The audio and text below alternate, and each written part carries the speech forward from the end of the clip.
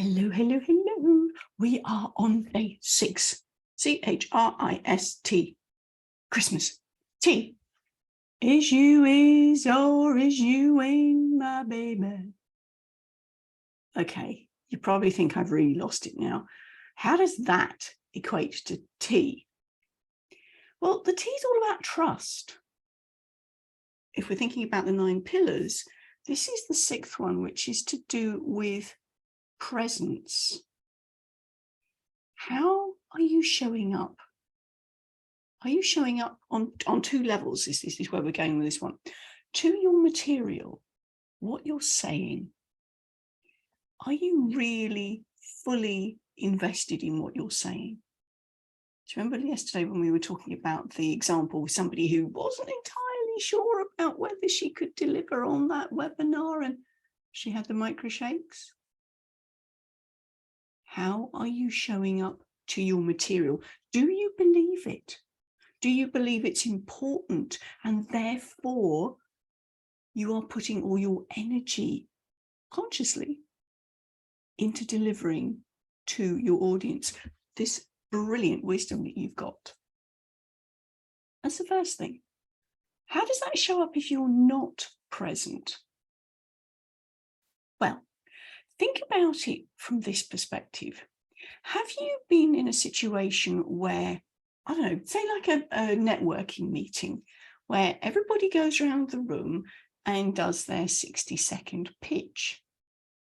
Now, if you're at a networking meeting that you've been to week in, week out with the same people, sharing the same pitch, week in, week out, there's a risk of it sounding stale, almost as though it's rote and da-di-da-di-da-di-da-di-da-di-da-di-da, and you're bored with it. Well, guess what? If you're bored with it, so will everybody else be. There may be people in the room who are visitors. You can switch up a couple of words consciously and see how many of the regulars notice. Be present to what you're saying, because as I said, if you're not enthusiastic about what you're saying, particularly your pitch, how can you expect other people to pick up on that sense of enthusiasm and urgency? And this is important, guys, because if I'm in a networking meeting and you guys know I'm bored with what I'm saying, am I going to be particularly enthusiastic about sharing you with somebody else? No. Be present to your material. Be enthusiastic consciously, because as we've spoken about before, there will be dynamics. There will be times when you are loud and very energetic. There will be times when you are quiet and ponderous and pensive. And that's right, but you're still being present to your material because you're consciously using that contrast. And that's what will keep you engaged, keep your audience engaged, keep you engaged as well too. Again, in these networking meetings that I've been to, when you've had the person who's been bored with their pitch, and then there's been I'm thinking now of networking meetings where there are breakout rooms in a sort of virtual style, and there's a particular lead question that's asked, and people go through and then they come alive for the question, and you think, yeah, big contrast there. My original point being, be present to your material, because if you're not enthusiastic about it, I can guarantee you the audience won't be either. Equally so on the material front. A couple of days ago, we were talking about how in English, the important words are very often at the ends of phrases, at the ends of sentences. And if you have learnt your script, learnt your talk, and you've got it verbatim, you've got it word for word, and you still don't trust yourself on this one, and you're trying to remember what comes next, you can be into the next sentence while you're still delivering this one. And that's when you can go to drop. You can drop off in this sentence whilst you're thinking about what's coming next. Okay? that is you losing presence, losing your focus on the material as you're delivering it. Because I can guarantee you, if your energy drops off, if you start to mumble, then the audience is going to be thinking back to what you'd said before and making sense of this sentence. Meanwhile, you've gone on to the next one. And, oh, can you see all of this time in between? They haven't heard a word you've said because they've still been focusing on the previous few words to see if they can work out what you were talking about. Being present to your material. Trust that makes sense. The second area of presence is being present to your audience. How do you do that? Or rather, how do you not do it?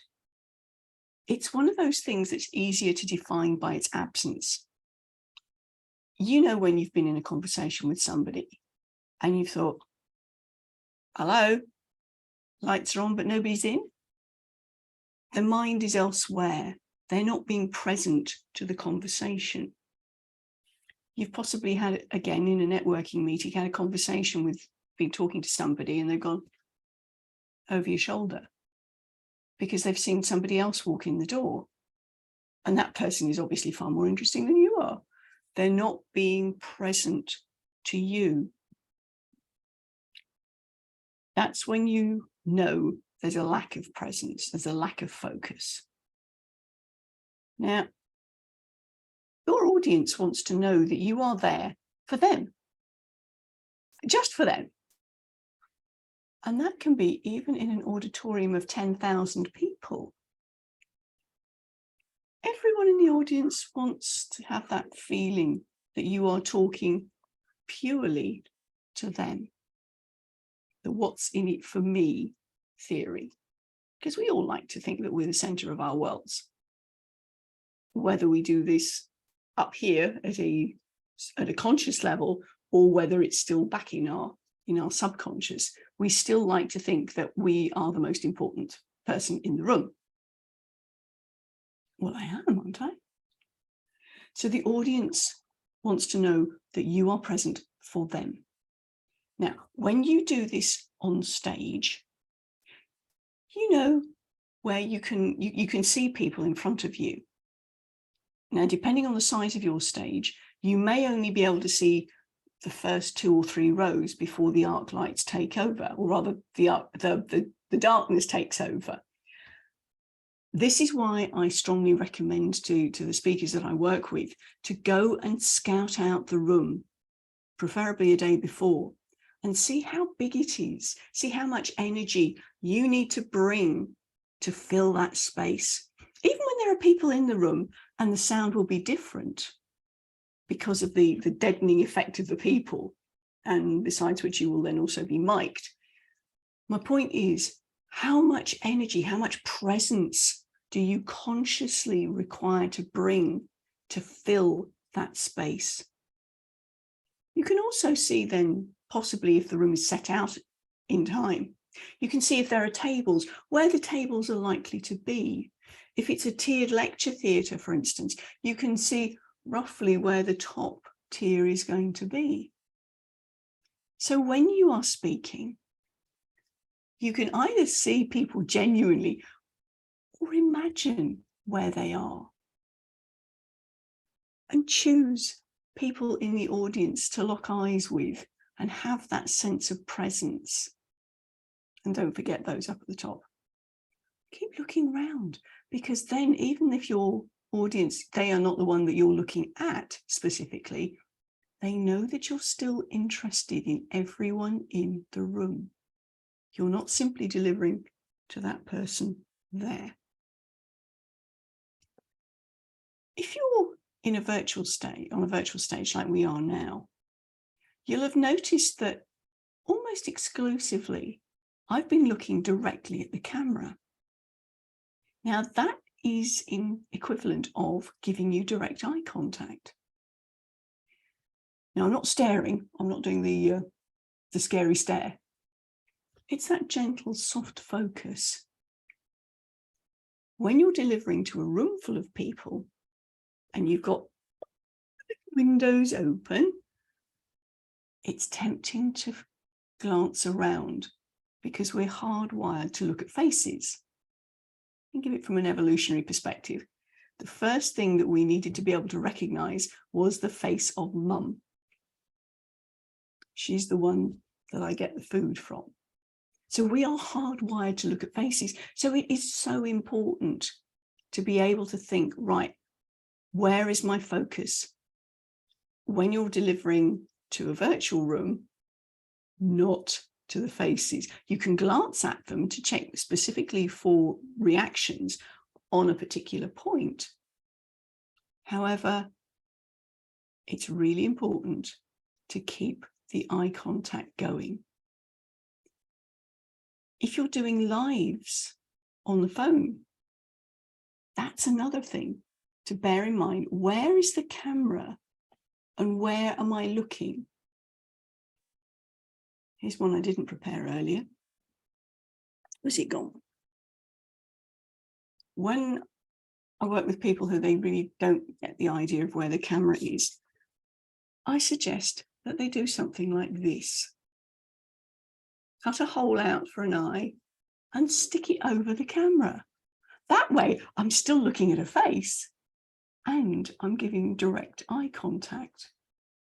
Now, obviously, that's not a particularly high-class thing to do, but you can draw it in. You get the point. You can stick that over your phone camera, and therefore you'll be looking at the camera and not looking over here. It's really important to have that sense of presence, have that sense of eye contact, because that is where the trust is built. Like I said, all the audience, and that's including you, when you've been in the audience, want to know that what is coming out of the mouth of the person on stage is relevant to them and they can trust it. They can trust you. So that's what I mean by presence. There are a few other things that we cover in this pillar on presence when I work with people directly. But that's what I wanted to share with you today. We're going for T for trust, aka presence. Now, tomorrow we have M for magic. Come back tomorrow and see what magic we're going to create. For now, bye from me.